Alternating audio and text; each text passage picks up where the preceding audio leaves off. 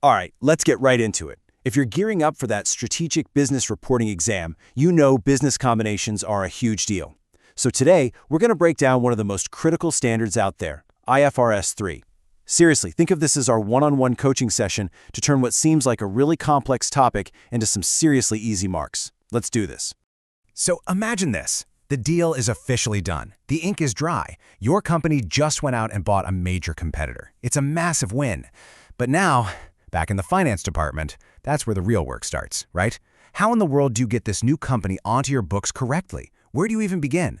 This isn't just some textbook question. This is a real-world, high-stakes scenario you're definitely going to face in your career and for sure in your exam. The good news is you don't have to figure this out from scratch. The accounting world actually has an official playbook for this exact situation. It's called IFRS 3, Business Combinations. This standard is your guide. It lays out all the rules, all the principles for how you account for a new business you've just gained control over. And believe me, getting this right is absolutely fundamental.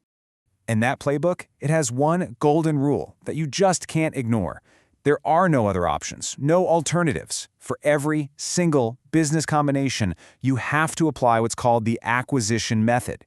This is it. It's the non-negotiable foundation for the entire process, and mastering it is your key to success. So what is this super important method all about? Well, IFRS 3 actually breaks it down into a really clear 4-step process.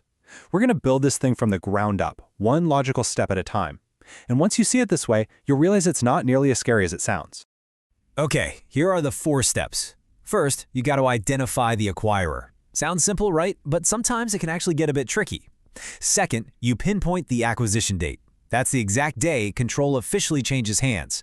Third, you measure the consideration transferred. Basically, what did you pay? This could be cash, shares, maybe even payments you promised to make in the future. And finally, step 4, you identify every single asset and liability of the company you bought, and you measure them at their fair value on that acquisition date. Now here's where it gets interesting. After you've done all that work valuing the net assets, you'll often find that the price you paid is way more than that fair value. So why would you overpay? Well, you're buying all the good stuff you can't just list on a balance sheet. You know, things like brand reputation, an amazing team, or those future synergies. This premium, this extra amount you paid, has a name. We call it Goodwill. It's an intangible asset that represents all that amazing future potential. And this is where it gets really important, especially for your SBR exam. You see, you don't just calculate goodwill one way. IFRS 3 actually gives you a choice on how to calculate it, specifically when you acquire less than 100% of the company. This isn't just crunching numbers. It's a critical judgment call. It's a decision that will literally change how the group's balance sheet looks. So, what's the choice? It's between 2 methods, the full method or the proportionate method. The main difference comes down to how you treat the other owners, what we call the non-controlling interest, or NCI.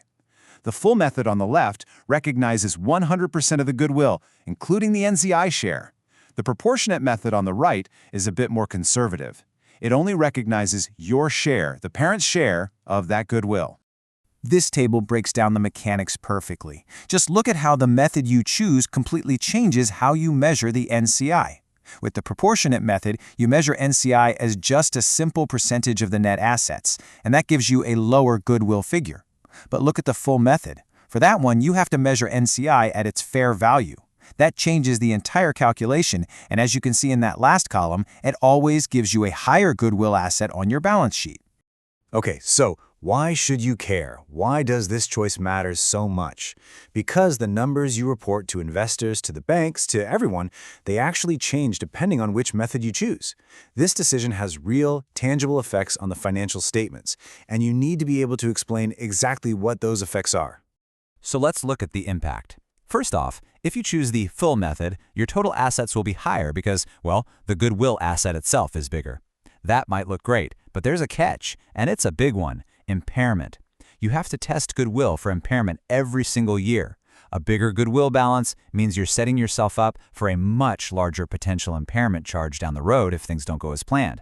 And that would be a direct hit to your profits. Okay, let's bring this all back home. How do you take all this technical know-how and turn it into exam success? This is how you're going to elevate your answer from just being good to being absolutely great. Listen, if you take away one thing from our session today, let it be this: the examiner knows you can do the math. What they are really testing is your professional judgment. So please don't just calculate the number. justify the choice. Explain why management might choose one method over the other. Something like, management might prefer the full goodwill method because it shows a larger asset base, which could improve key ratios. However, they must also accept the increased risk of a significant future impairment. That justification, that discussion, that's where the top marks live. Master that, and you've totally mastered IFRS 3.